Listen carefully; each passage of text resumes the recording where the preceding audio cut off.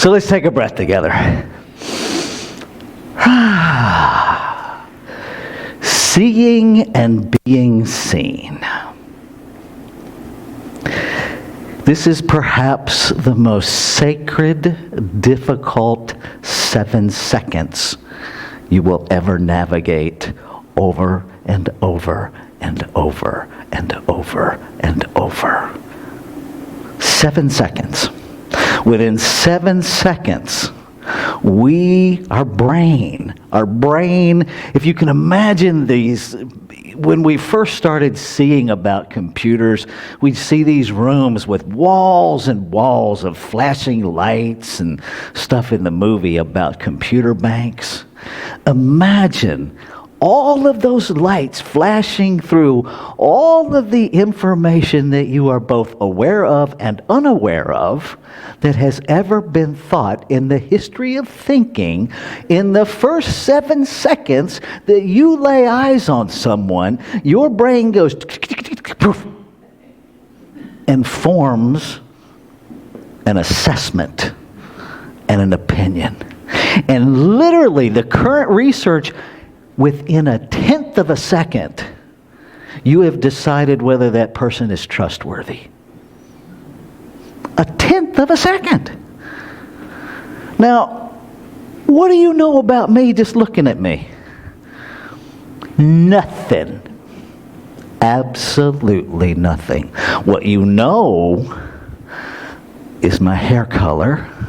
That may or may not be about me. Because there is this product called Just for Men. Is it mine or is it somebody else's idea of mine? Right. What do you really know about me? When you just look at me in that first 7 seconds, do you know I'm married to Deborah? You know I'm wearing a wedding ring, but do you know I'm really even married? Maybe not. Maybe not. Do you know I'm transgender? Nope. You don't know that by looking at me. No way in the world you know that. Now, if I were one of my African American transgender sisters that's 6'6", you might have a hint about her. Right?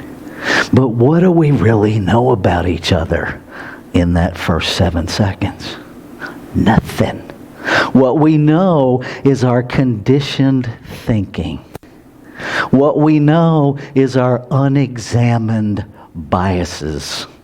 What we know, with any kind of luck at all, is that we don't know.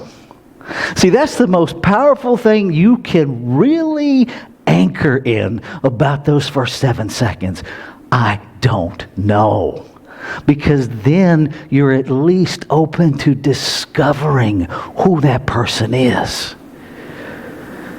But we don't do that. We don't do it with ourselves, and we don't do it with one another. Most of us, until we learn better, default to, my instincts are always spot on. That is not your instinct. That is your brain calculating thoughts you're unaware of.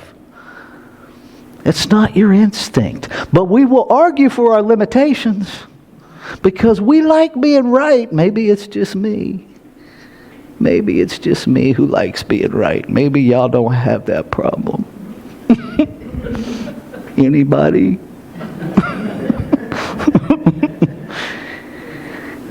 Why is it so hard for us to see and be seen? I submit to you, it's because we don't know who we are. See, I can't see your beauty if I don't see mine.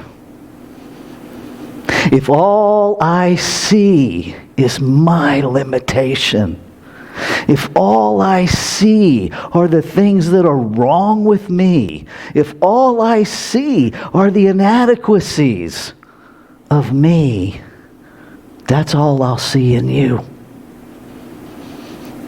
That's it. Because we have this conditioned part of us that wants to be okay. Most of us can't even imagine being glorious or magnificent. We just want to be okay. What if you're already okay? What if you're more than okay? What if you really are a divine idea in the heart of creation itself that is perfect? How can you be more than that? Creation itself breathed you into being for one reason, and one reason alone, because it wants to know itself as you. It doesn't want to know how you can mimic other people. It doesn't care if you know how to read a magazine and stay with the most fashion trends. It doesn't care. It wants you to be you. Because you are it. It cannot expand itself without you knowing who you be and being that. That's what you get to do. Yesterday, there was an amazing celebration of life for the Reverend Dr. Barbara Waterhouse, who recently passed.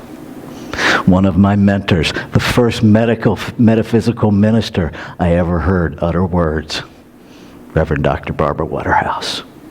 And what she said stuck with me. If you want a magnificent life, all that is required is that you consistently pay attention to what you're paying attention to. That's it. Now that's pretty simple. Pay attention to what you're paying attention to. Now, in all fairness, it gets a little more complicated because as we pay attention, well, now what do? Okay, I'm aware of what I'm thinking, but now what? The most sacred 7 seconds. Ain't a word of it true. That's the first thing to know. When you're forming in those first 7 seconds, all of that stuff that's popping in your head that's assessing other people, I invite you to meet that with, ain't a word of truth in it. Not a word. Because there's not. It's all conditioned thinking. Welcome. Glad you're with us. I like doing that when people come in late. It's so much fun because I want you to know how special you are. There we go. Ain't a word of truth in it. It's all conditioned thinking. Now, what is true? So here's the thing that is always true about everybody. You are a divine idea in the mind of the infinite. Period.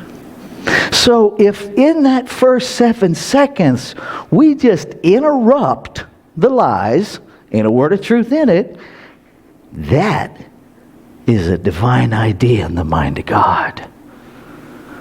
And then what do we see? How do we get to know each other? How do we let somebody get to know us? That requires interaction. See, I can't sit over here in the corner and you get to know me. This whole month is about vulnerability.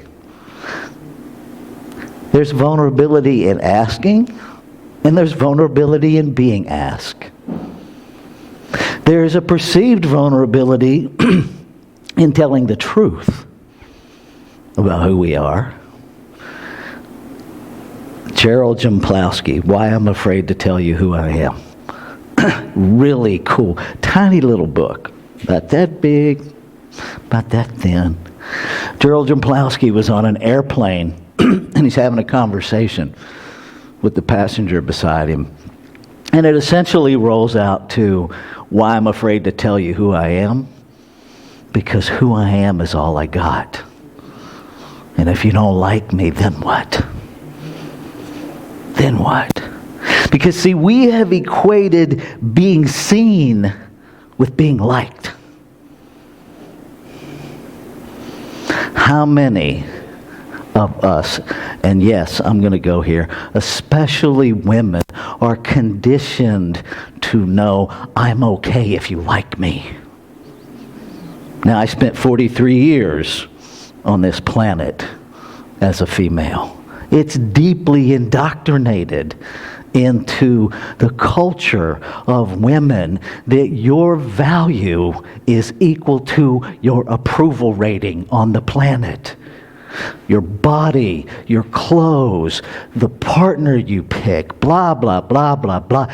Ain't a word of truth in it. Not a word. You are as valuable today as you have ever been, as you are ever going to be. I haven't had this memory in a long time. Let's date myself.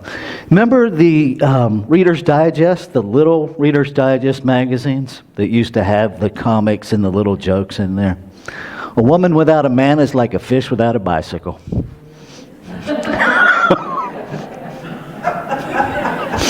Remember that one. That came straight out of Reader's Digest. A woman without a man is like a fish without a bicycle. Our culture has lied over and over again. Right? I loved the reading this morning about this delusion. It's not even an illusion. It is straight up delusional that there is anything self-made. And yeah, I'm going to go here. We live in a country that's whiteness says this country is self-made by whiteness when it's built on the backs and bodies and blood of black people. Stop lying. We have to stop lying. Can I fix that? No. Not even God can change yesterday. But I can change telling the truth. I can change thinking that because I look at you, I somehow magically know who you are. I will never forget there was a moment on our honeymoon in Las Vegas. African-American gentleman, very dark skinned, probably about 6'6", a good 250, 260, on the elevator. And the door opened, and people were standing there to get on the elevator. They took one look at him and stepped back. What did he do? Showed up. He showed up a large black man. That's all he did. It broke my heart. Because that's all he did. He was riding an elevator. But our conditioning tells us he's a threat. Especially in a closed space where nobody can see what's going on. I have a very dear friend back in Grass Valley, Nevada City area. Large black man. Who he and I talk frequently. And he catches himself making up stories about other large black men at night when he's walking down the street. See, it's internalized. It's not just specific to one thing. It is a collective consciousness that we do this stuff. If I tell you I'm a recovering addict, most of you, and you have, not just in this room, but collectively, argue with me. Which I find greatly amusing. No, you're not. Like, really? You know this? How? There's somebody in the room that has known it for over 40 years. She'll tell you. She'll tell you. Right? But we base it on what we see and what we think about what we see. And then here's how you know you do it. How other people do it is because you do it. And you do it because other people do it. Right? That's how it works. It's like when we get all bent out of shape about, they're just judging me. And you're doing what? This is me judging you for judging me. I ain't judging, I'm just saying, y'all. That's how it works, right? I am so tired of you condemning me. What did you just do? You condemned me for condemning you. There's no escaping this stuff. But we get to be honest. And we get to say, wow, you know, when you said that, my brain just did a whole assessment of you and none of it was pretty. Would you like to hear it, or would you like me to just change what I'm thinking? Because some people actually want to hear it. Give them the choice. But only give them the choice if you're willing to be that transparent. If you're willing to own your stuff.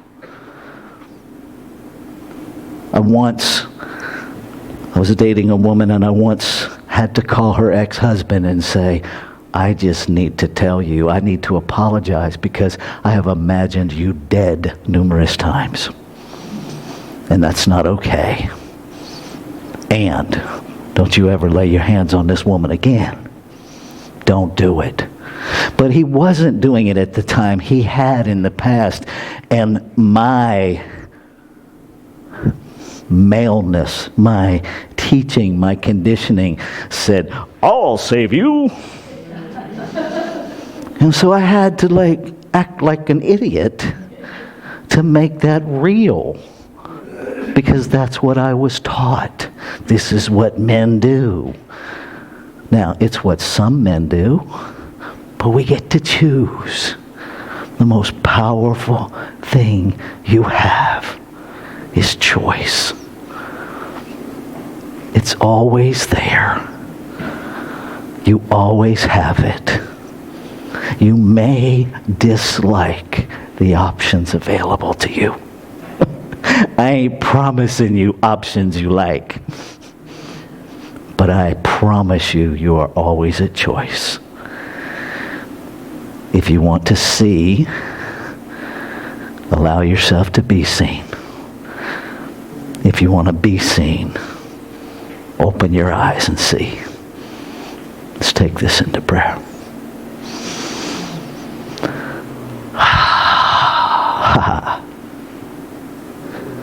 There is one, only one everything made out of the infinite no thing, the unformed substance, source of life.